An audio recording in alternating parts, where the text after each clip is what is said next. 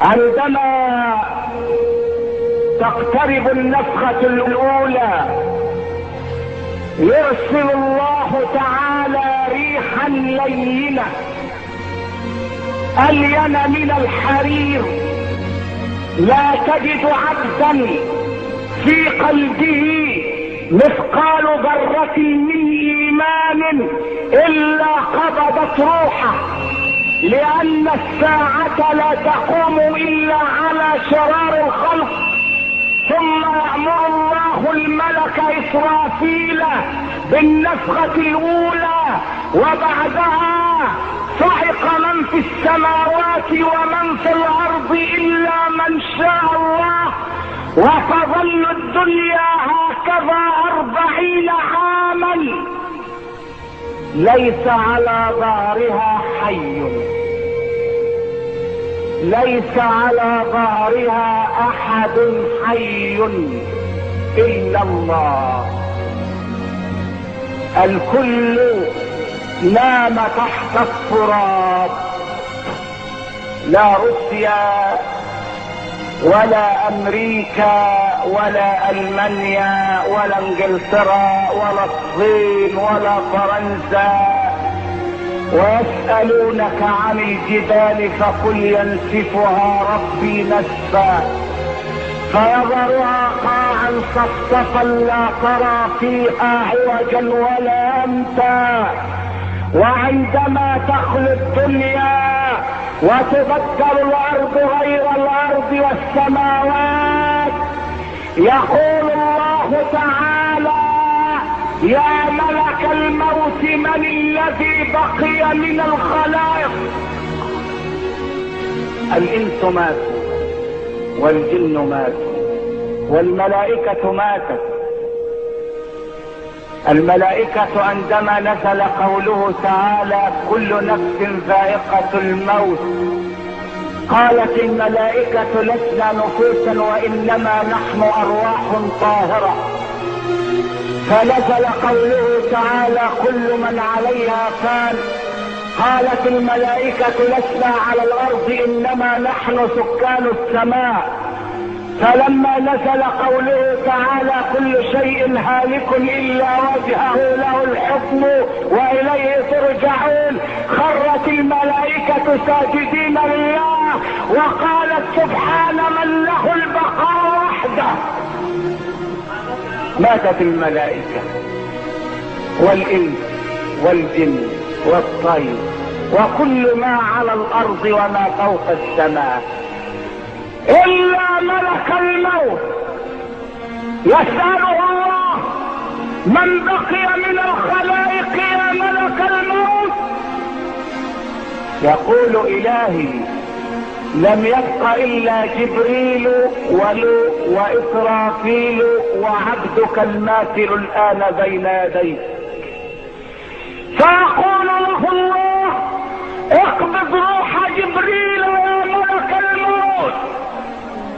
فيقبض روح جبريل. من بقي؟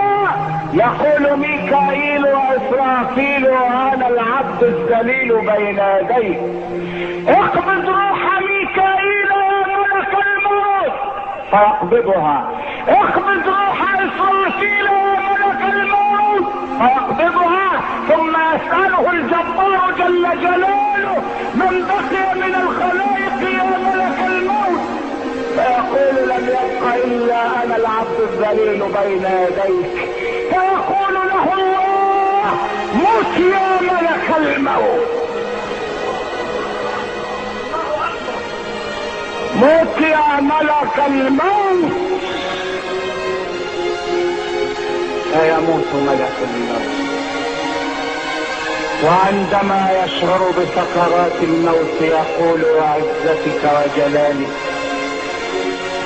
لو كنت اعلم ان سكرات الموت شديدة هكذا لطلبت منك ان تعافيني من قبض ارواح العباد.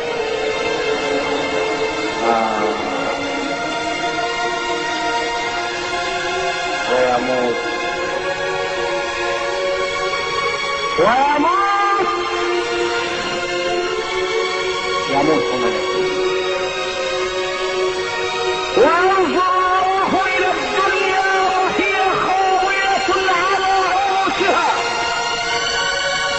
الشمس كورت والنجوم انكدرت والجبال سيرت والعشار عطلت والبحار سجرت والنفوس زوجت. السماء كشفت، الجنة أزلفت، الجحيم سعرت.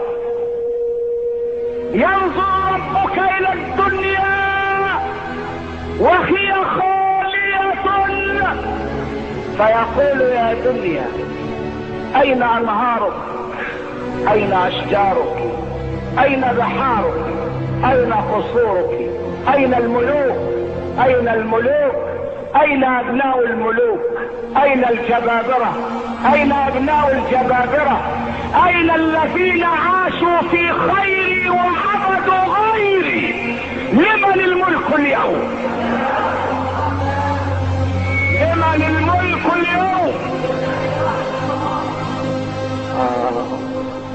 يا دنيا يا دنيا أين الجبابرة وأبناء الجبابرة؟ أين الملوك؟ أين أبناء الملوك؟ أين سكان البيت الأبيض؟ أين حكام الكرملين؟ أين سكان عابدين وقصر الدين؟ وسكنتم في مساكن الذين ظلموا أنفسهم وتبين لكم كيف فعلنا بهم وضربنا لكم الأمثال. وقد مكروا مكرهم وعند الله مكرهم وإن كان مكرهم لتزول منه الجبال.